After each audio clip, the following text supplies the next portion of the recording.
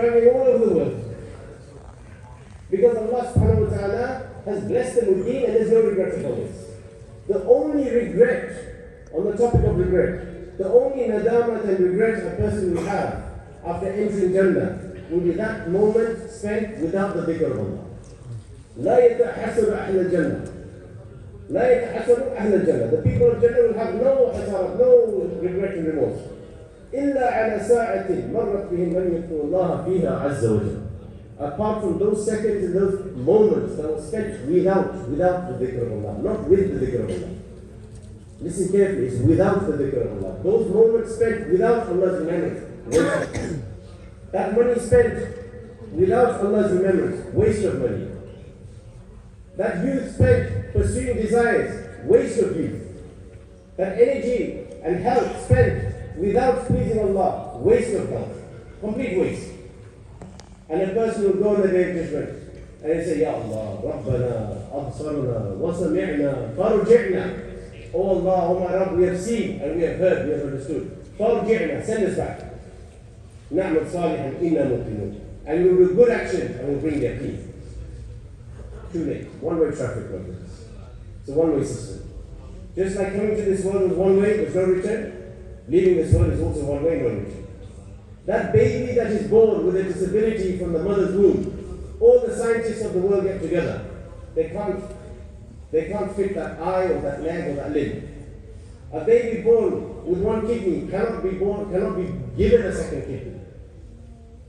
They can't be given a second kidney of their own. They weren't born with it. Whatever deficiency they were born with, that deficiency that child will now live with for the rest of their life. Whatever deficiency, my brothers, we die with, whatever deficiency we die with, we will see that for the rest of our eternity in the hereafter. من تشبه بقوم فهو منهم. Whichever nation you follow, you're one of them. So we follow the Sahaba, we live like Sahaba, we change our desires to match the desires of Sahaba, we change our ambitions and goals to match the ambitions and goals of Sahaba. We live for Allah, we die for Allah. Then our ending will be for Allah. And when our ending is for Allah, we will be raised by Allah for Allah. Because for a beautiful ending, my brothers, everybody wants a beautiful ending. There are shurut, there are conditions. One great scholar in India, he wrote a letter to Nizam al-Din. And he asked, how do you get husn al-khatimah? What is husn al-khatimah? Husn means beautiful, khatimah means ending. Meaning, how do you die with a beautiful ending? Very important question. We all need to know the answer. Because who amongst us does not want a husn al-khatimah? Because the end game is the real game. Al-husn bil-khawatim, the beauty is upon the ending. The ending is what counts. How we leave this world. That moment is the most important moment of our lives. Like that villager who made this dua.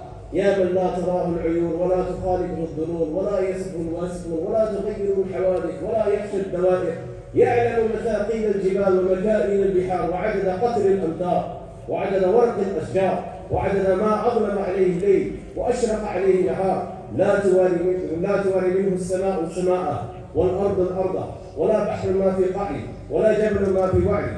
And then what did he say? After praising Allah, we don't have time to go into the details, but this hadith is in Mundahab. We can see the beautiful meaning of this hadith, where the greatness of Allah is being expounded and explained. Then this is the point of discussion. He said, Ij'al. Oh Allah, give me what? Ij'al khayra amali akhirah.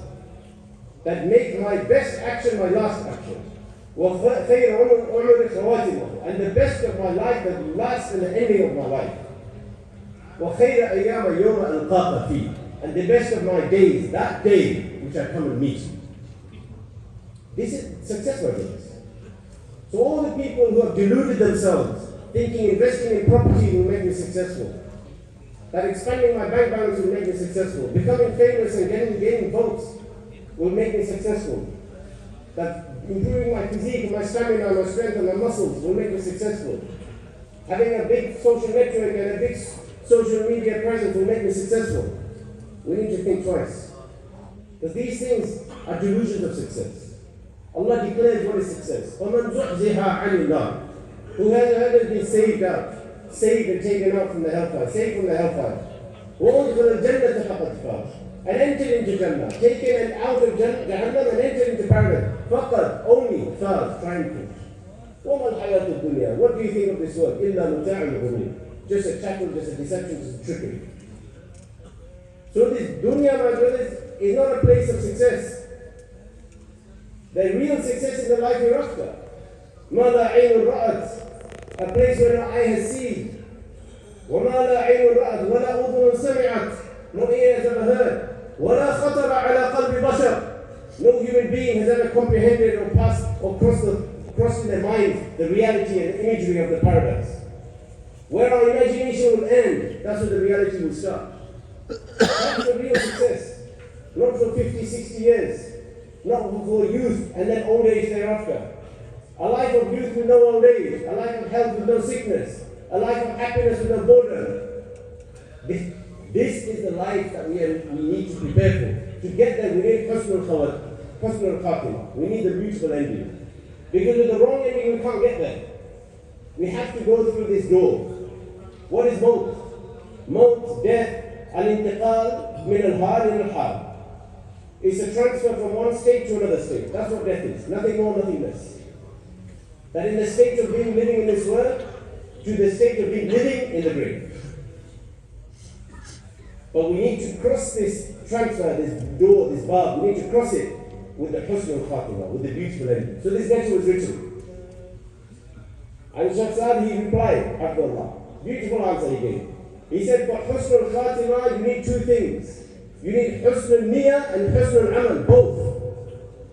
Husnul niyyah and husnul amal. You need the beautiful intention and beautiful action. You need to combine both. And he gave two examples. He said a person who has husnul amal but su'u niyyah, a person who has the most beautiful action but a corrupt intention, will end up with a corrupt ending. Beautiful action, corrupt intention equals corrupt ending. And he also said a person who has corrupt action yet beautiful intention, also corrupt ending. Plus, minus equals minus, minus, plus equals minus. The only way to get plus is plus plus. We need to get husnul niyyah, husnul amal. What are the two examples? He gave the story of Uzman. There was a man called Uzman. He was from Medina. And he was out fighting one of the battles. I can't remember whether it's Badr or Uhud, one of the major battles. And he was not a Muslim. He did not believe in Allah. He did not submit to Allah. He did not obey Allah. He did not regard himself as a Muslim. He was not a munafiq. He was not a hypocrite. He was very clear about his idolatry and his disbelief in Islam. But he fought in a battle with the Muslims. Imagine this. Fighting with the Muslims against his people. So he's not a Muslim and he's fighting this battle. His name was Uzman. And he was fighting very ferociously. And he, through his sword and his effort, Ghaliban 6 people, 6 of the mushrikeen, he was a means of killing. So he was bringing victory to the Muslims. So this is husnul amal.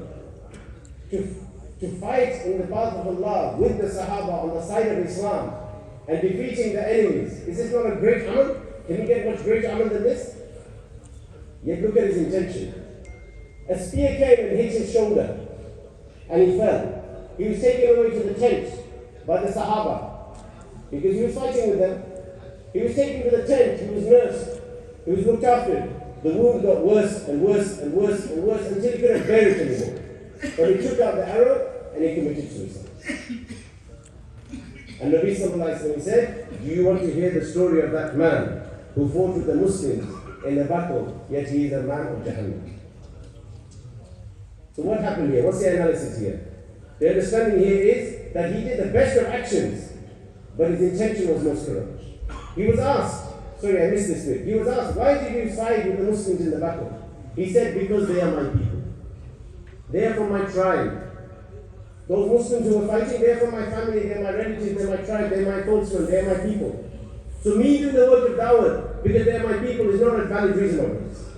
Me searching to go in the path of Allah with my friends, people I get on with my language. No, this is not a valid reason.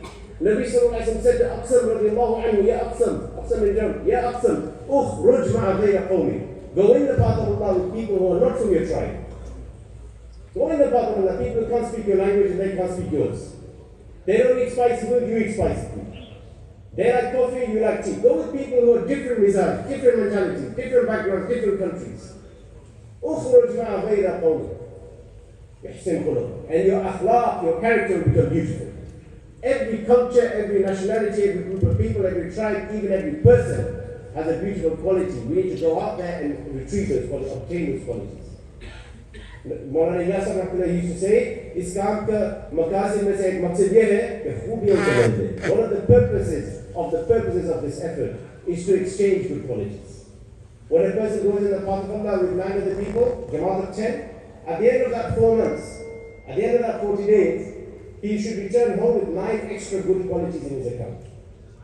Because he's seen with his eyes. Now look how he gets up early before everyone to the Hajj. Look how softly he speaks to the people. Look how energetically he is when it comes to khidmah. Look how he always makes his takbir ula. Look how he stays in the state of wudu all the time. We were in Jamaat just now in Spain. So we had a lot of Arabs with us. We were 6 from our masjid, from Birmingham, we were 6 brothers. The day we landed, we were 6. The day we left, flew back, we were 6. In between, the entire time, alhamdulillah, 26 brothers joined us.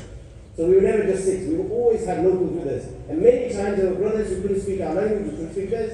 Brothers from Guinea-Conakry, brothers from Guinea-Bissau, brothers from Senegal, from Gambia, and from, of course, Morocco. There was one brother that was with us, and I noticed when he used to do wudu, he used to take his wudu water above the elbows, quite a way above. So I spoke to him. I said, Shaykh, can you explain? Because he used to do it regularly. And he came and brought the hadith. In fact, it was the next day that hadith was ready in Ta'lim anyway. And it's in Muntakhab as well, this hadith.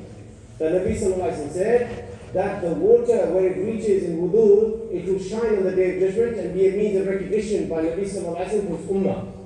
And in the commentary it's written that Abu Hurairah radiallahu anhu, once he narrated this hadith, when he heard this hadith, he used to extend the level of water, so he used to be way above the elbows, way above the ankles. So look at this quality. One is to read it in a book, the other is to see it with your eyes. Which will have effect more? Being in the path of Allah will make us learn these qualities. So going in the path of Allah, choosing my tribe. So saying this is a Jamaat of certain profession, one brother from this masjid, one brother from this masjid, one brother from this masjid, and one brother from this masjid, because we all like eating gosht. That is not a Jamaat. That is a party. That is a picnic. Jamaat is what? अपने मस्जिद से अपने खुद अपने ज़ात से अपने जमात बना. Make your own jamaat. Even if you're 2 brothers. We just came back from the Spanish Jamaat this weekend. So the others from Nizamuddin were there. And they explained very, very clearly that look, Jamaat is what? Make effort every day to prepare one person. You have 24 hours to prepare one person, which means give down to 10, 20 people every day. And prepare one person. At the end of the month, you will get 27 people ready. From that 27, you take them out of the path with you alone. And if you need help, you get one other old worker. 2 old workers, 2 experienced brothers, other 8 minimum, that is a Jamaat. So if there are 5 experienced brothers in every masjid, there should be 5 Jamaats. Or break it down to 2 Jamaats. But cherry picking out Jamaat is not a Jamaat. Because that reason is not valid in this example. Uthman, he went to the path of Allah. He fought with the Muslims. He fought against the mushrikeen and he managed to kill a few of them. Yet his reason was invalid. That I will go with my people. I will help my people. Our jazba should be the sake of Allah subhanahu wa ta'ala. So husn al-amal and su'al niyah, no husn al-khatimah here. Second example, as he wrote, that a man was praying his salah and he's being observed by another sahabi. So they're both sahaba. So after he finished his salah, the one observing said, Sallu fa'innaka lam tusalli. Pray because you didn't pray. So he prayed again. He said, Sallu fa'innaka lam tusalli. Pray again because you haven't prayed. So he prayed again. 3 times. Sallu fa'innaka lam tusalli. Pray because you haven't prayed. He said, by Allah, I've tried my best.